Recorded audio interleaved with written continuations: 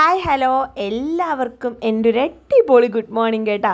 അപ്പോൾ ഇന്ന് രാവിലെ എഴുന്നേറ്റപ്പോഴത്തേക്കും കുറച്ചൊന്ന് വൈകിപ്പോയി. എന്നാലും ഇന്ന് ഞാൻ ചായ ഇട്ടപ്പോൾ തൊട്ട് എനിക്ക് പണി കിട്ടാൻ തുടങ്ങിയതാണേ.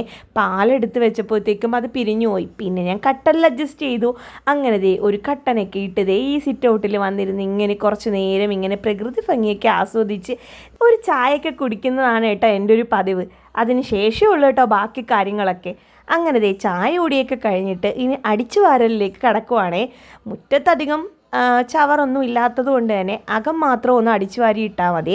അടിച്ചു വാരിയിട്ട് രാവിലെ തന്നെ തുടച്ചിടണമെന്നൊക്കെ ആയിരുന്നു കേട്ടോ എൻ്റെ മനസ്സിൽ. പക്ഷേ ഇന്ന് എന്തോ ചായ കിട്ടാത്തതുകൊണ്ടായിരിക്കും ഒരു മടിയായിപ്പോയേട്ടോ.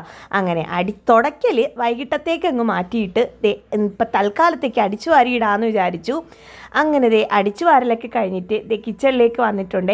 ഇതെന്താ ഞാൻ ഉണ്ടാക്കാൻ പോകുന്നതെന്ന് മനസ്സിലായോ? പച്ചമുളകുണ്ട്, ഒരു കഷ്ണം ഇഞ്ചിയുണ്ട്, 2 സവാള, ഒരു ക്യാരറ്റ്. ഉപ്പുമാവ് അതാവുമ്പോൾ സിമ്പിളായിരിക്കും അല്ലേ.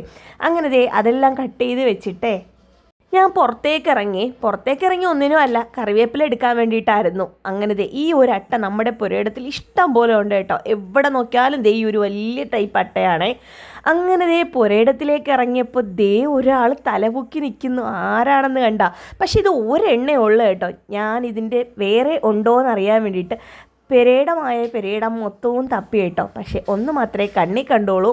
ഇത് നല്ലതാണോ എന്ന് എനിക്കറിയില്ല, പക്ഷെ നല്ലതാകാനാണ് സാധ്യത കേട്ടോ.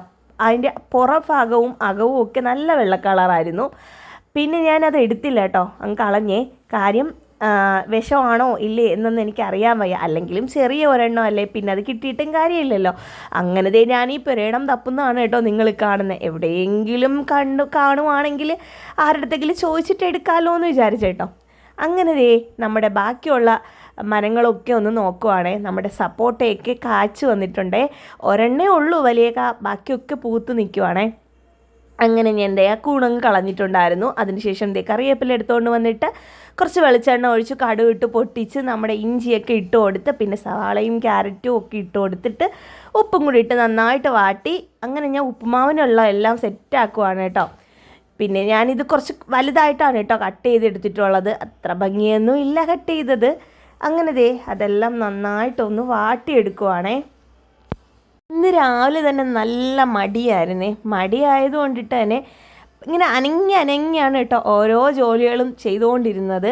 അങ്ങോട്ട് നീങ്ങുന്നില്ലായിരുന്നു കേട്ടോ ജോലികളൊന്നും. അതെന്താണെന്ന് എനിക്കറിയത്തില്ല. ഇന്ന് എണീച്ചപ്പോൾ തന്നെ ഒരു നല്ല മൂഡിലല്ലായിരുന്നു കേട്ടോ.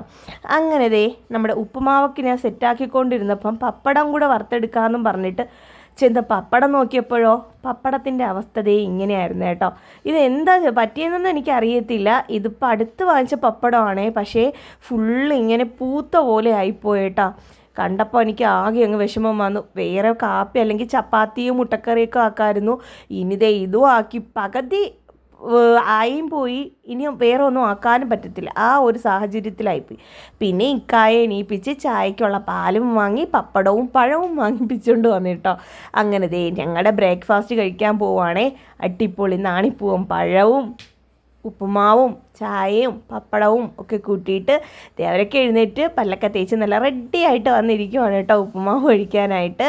ഭയങ്കര ഇഷ്ടമുള്ള ഫുഡൊന്നും അല്ല ഉപ്പുമാവ്. പിന്നെ വല്ലപ്പോഴും ആകുമ്പോൾ അങ്ങ് പോകും കേട്ടോ. അങ്ങനെ കാപ്പി കുടിയൊക്കെ കഴിഞ്ഞിട്ട് മീനൊക്കെ എടുത്ത് വെള്ളത്തിലിട്ടിട്ടുണ്ടേ. അപ്പം ഇത് കൊഴിയാളയെന്നും പറഞ്ഞാണ് കേട്ടോ വാങ്ങിച്ചുകൊണ്ട് വന്നത്. പക്ഷേ ഇതെന്ത് മീനാണെന്നൊന്നും എനിക്കറിയത്തില്ല. കൊഴിയാളയൊന്നും അല്ലായിരുന്നു കേട്ടോ. അങ്ങനെ ഇത് പൊരിക്കാനുള്ളൊരു പ്ലാനിലേക്ക് എത്തി. അപ്പോൾ കറി വെക്കാൻ അയലയും കൂടി എടുത്ത് വെള്ളത്തിലിട്ടേ. അയല 2 എടുത്തിട്ട് 2 ഫ്രിഡ്ജിൽ തന്നെ തിരിച്ചു വെച്ചേ. അപ്പോൾ ഇന്നത്തെ അയല തേങ്ങ അരച്ച് കറിയും വെച്ച് ഒരു മീൻ പൊരിക്കാനും വിചാരിച്ചു. അപ്പോൾ ഇന്നത്തെ ഉച്ചയ്ക്കുള്ള പണികൾ ഇതൊക്കെയാണേ. അപ്പോൾ ഇനി വീഡിയോ എടുത്തിട്ടുണ്ടെങ്കിൽ എൻ്റെ പണികളൊന്നും നടക്കത്തില്ല. അപ്പോൾ ഇന്നത്തേക്ക് ഇത്രയേ ഉള്ളൂ. ഇത്രയും നേരം വീഡിയോ കണ്ടുകൊണ്ടിരുന്ന നിങ്ങൾക്ക് ഓരോരുത്തർക്കും എൻ്റെ ഒരുപാട് നന്ദി. അപ്പോൾ അടുത്ത വീഡിയോയിൽ കാണാം. അതുവരെയും ബൈ ബൈ.